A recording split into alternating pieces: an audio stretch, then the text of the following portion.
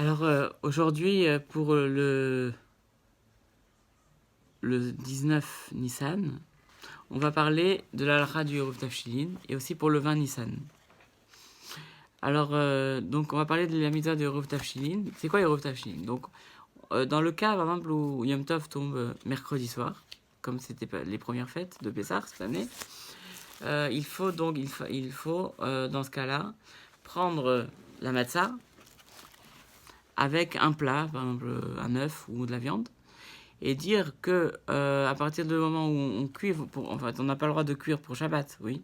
Donc, on n'a pas le droit de cuire pour Shabbat. Donc, à partir du moment où on prépare le plat de Shabbat le vendredi, alors qu'on n'a pas le droit, d'habitude, on prépare uniquement ce qui est nécessaire au jour de Yom Tov.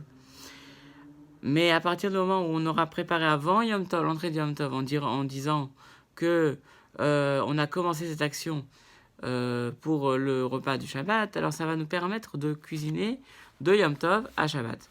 Il faut dire donc avec la mitzvah, la bracha, al mitzvah teruv tafshilin, sur la mitzvah, donc Ashek Deshanu Tavestivanu al mitzvah teruv tafshilin, et on le dira dans un langage qu'on comprend en hébreu ou en français, en disant par ce Eruv, il sera permis pour nous de cuire, de griller et de préparer tout ce qu'il est nécessaire de préparer de Yom Tov à Shabbat.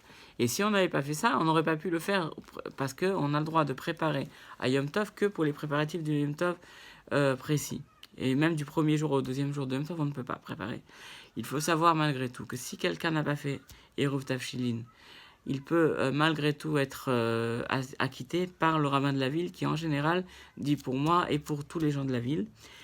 Et encore un détail très important, c'est que en général, il faut donc ça soit le mari qui fasse Eruv Tafshilin, cette mitzvah-là, avec sa femme à côté, puisque c'est en général la maîtresse de maison qui prépare les repas, sauf exception, évidemment, il y a beaucoup d'exceptions. Mais si, par exemple, la maîtresse de maison n'est pas à côté, il n'y a aucun problème, même si c'est elle qui a cuisiné, même si c'est notre épouse qui a cuisiné tous les repas. Et il faut dire qu'ils étaient nombreux. Yom Tov et Shabbat, il y a beaucoup de repas. Et dans ce cas-là, toujours, il faut féliciter aussi la maîtresse de maison, notre épouse, et montrer combien c'était important pour nous. Il faut la féliciter. Parce que c'est aussi le Shalom Bayit, la paix dans la maison est particulièrement importante, surtout pendant les jours de Yom Tov où on reste confiné à la maison. Qu'Akadosh Baruch Hu, il nous sorte de cette galoute et qu'on puisse, par le mérite, par la joie de Yom Tov et des bons repas qu'on peut cuisiner, qui peut nous envoyer très très vite toutes les brachot nécessaires dont on a besoin.